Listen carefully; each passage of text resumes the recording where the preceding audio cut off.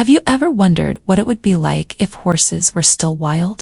What if they hadn't been tamed and shaped by human hands?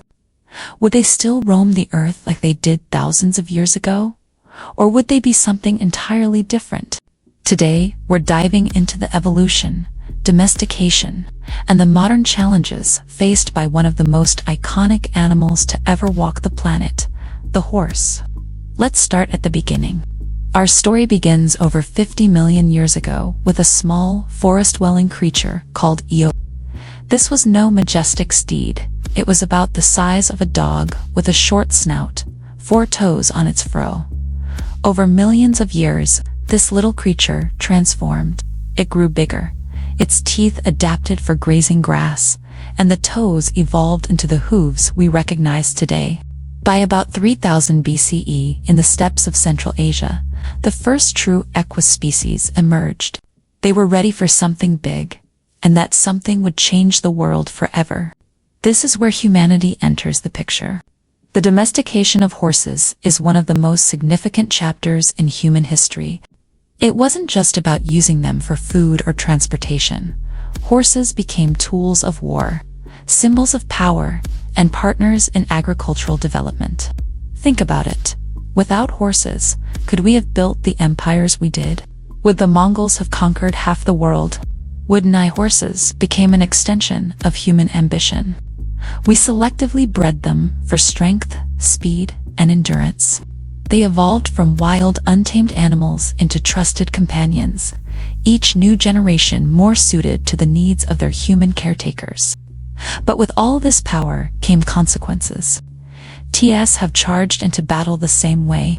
Fast forward to today. Horses are still incredibly important in many parts of the world, from sports like racing and polo, to therapeutic work, and even as beloved pets. But not all is as idyllic as it seems. Modern horses are facing challenges that are a direct result of our influence. Selective breeding for specific traits, like speed and race horses, has led to serious health issues. Horses, once designed for endurance, are now dealing with fragile legs and joints that weren't built to withstand the pressure of constant racing. In fact, studies show that race horses suffer from more leg fractures than most other horse breeds. Behavioral changes have also taken a toll. Horses bred for competition or show often live in highly controlled environments, leading to stress, anxiety, and a lack of socialization. Some horses struggle to even be around other horses. And let's not forget the darker side of our relationship with horses.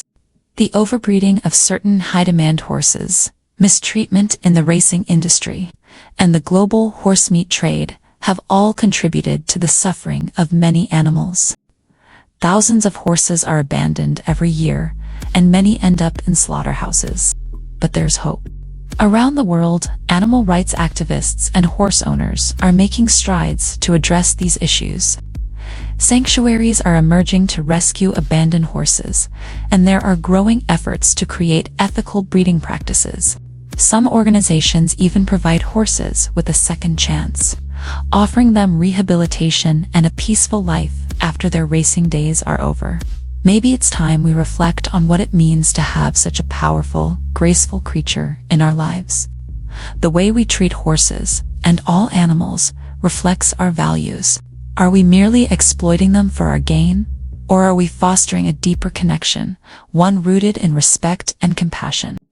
As we continue to care for these majestic animals, it's essential that we think about their well-being, physically, mentally, and emotionally.